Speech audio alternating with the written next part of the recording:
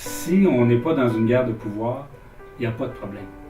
Moi, j'ai toujours pris le temps dans les premiers conseils d'établissement d'établir ça avec les parents et le personnel, parce que c'est pas simplement les parents, des fois la guerre de pouvoir, elle se passe aussi avec le personnel. Donc, à partir du moment où les rôles sont bien clarifiés, qu'on n'est pas là en recherche de pouvoir, qu'on est là en collaboration, en partenariat pour mieux faire avancer l'école, mieux faire évoluer nos élèves, les enfants des parents, il n'y a pas de problématique. C'est quand on tombe dans la zone où quelqu'un veut prendre une place qui ne lui appartient pas, où là, on ne peut pas parler de partenariat à ce moment-là. Là, ça devient plus difficile.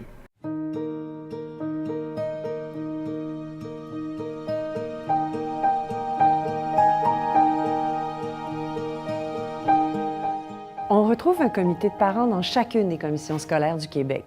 Contrairement au conseil d'établissement qui regroupe des représentants des parents, du personnel de l'école, de la communauté et des élèves, le comité de parents est formé uniquement de parents. Il est donc la seule instance à pouvoir s'exprimer au nom des parents auprès de celle-ci. Le comité de parents est composé d'un parent de chaque école primaire et secondaire de la commission scolaire et d'un parent membre du comité consultatif des services aux élèves handicapés et aux élèves en difficulté d'adaptation ou d'apprentissage, ou comité EHDAA. Les représentants des écoles sont élus par les parents lors de leur assemblée annuelle, parmi les parents qui siègent à leur conseil d'établissement. Le représentant du comité EHDAA, quant à lui, est choisi par les parents membres de ce comité. Tous les membres du comité de parents sont élus pour 1 an. Et ce sont eux qui élisent leur président lors de leur première rencontre de l'année, qui doit se tenir avant le premier dimanche de novembre. Le premier rôle du comité de parents est de promouvoir la participation des parents aux activités de la commission scolaire. Cela implique entre autres de choisir les parents qui siègent au comité EHDAA, de désigner des parents pour siéger à divers comités de la commission scolaire, comme le comité consultatif de transport ou tout autre comité où une représentation des parents est prévue. D'élire, toujours parmi ses membres, les commissaires représentants du comité de parents, ceux qu'on appelle les commissaires parents. Tout comme le président du comité de parents, les commissaires parents doivent être élus avant le premier dimanche de novembre. Par contre, comme leur mandat est de 2 ans, cette élection se tient donc aux 2 ans. Un autre rôle important du comité de parents est de transmettre à la commission scolaire l'expression des besoins des parents. Pour cela, il doit s'assurer que les parents sont informés et qu'ils ont l'occasion de se faire entendre lors des consultations sur des sujets qui touchent leurs enfants et les services qu'ils reçoivent. Les membres du comité de parents doivent donc agir comme courroie de transmission de l'information auprès des parents de leurs écoles respectives. Entre autres choses, le comité de parents doit être consulté par la commission scolaire sur divers sujets, soit la modification du territoire de la commission scolaire. Exemple, une commission scolaire qui souhaite diviser son territoire en régions administratives. Le plan d'engagement vers la réussite de la commission scolaire, qui établit notamment ses grandes orientations et les cibles visées en matière de réussite. Le plan triennal de répartition des immeubles, incluant la liste des écoles et leurs vocations respectives. La politique concernant le maintien ou la fermeture d'écoles et les changements aux services dispensés dans ces écoles. La politique concernant les contributions financières exigées des parents. La répartition des services éducatifs entre les écoles.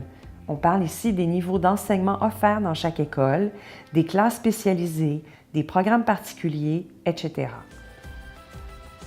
Le règlement sur la procédure d'examen des plaintes qui prévoit entre autres la possibilité pour un élève ou un parent de recourir au protecteur de l'élève. Les critères d'inscription des élèves dans les écoles. La mise en place d'un projet particulier dans une école, comme par exemple le sport-études ou l'éducation internationale, et les critères d'inscription à cette école. Le calendrier scolaire. Les règles de passage du primaire au secondaire et du premier au second cycle du secondaire. Les objectifs et principes de répartition des revenus de la commission scolaire ou, autrement dit, les paramètres selon lesquels la commission scolaire répartira ses ressources financières entre ses établissements. Les activités de formation destinées aux parents. Rappelons que plusieurs de ces sujets, particulièrement le plan d'engagement vers la réussite, ont un impact déterminant sur le fonctionnement de la commission scolaire, sur les services offerts dans les écoles et sur la qualité de ces services. Le comité de parents peut donc donner son avis au nom des parents et même faire des recommandations à la commission scolaire sur chacun de ces sujets. Il peut aussi faire des recommandations sur les services de garde en milieu scolaire. Ces recommandations pourraient porter, par exemple, sur les heures d'ouverture des services de garde dans les écoles.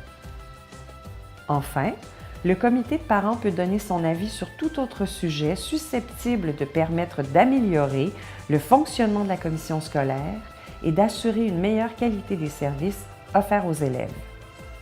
Bref, le comité de parents est le porteur des opinions, des besoins et des attentes des parents sur tout sujet qui les concerne et qui concerne leurs enfants.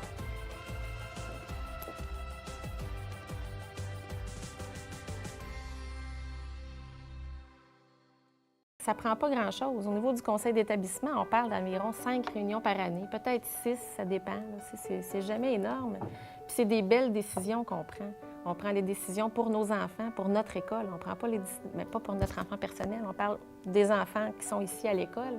Ça peut vraiment faire toute une différence dans un quartier complet. Là. On ne parle pas juste d'école parce que toutes les décisions qu'on prend à l'école, bien, en quelque part, ça se reflète sur le reste du quartier. Là.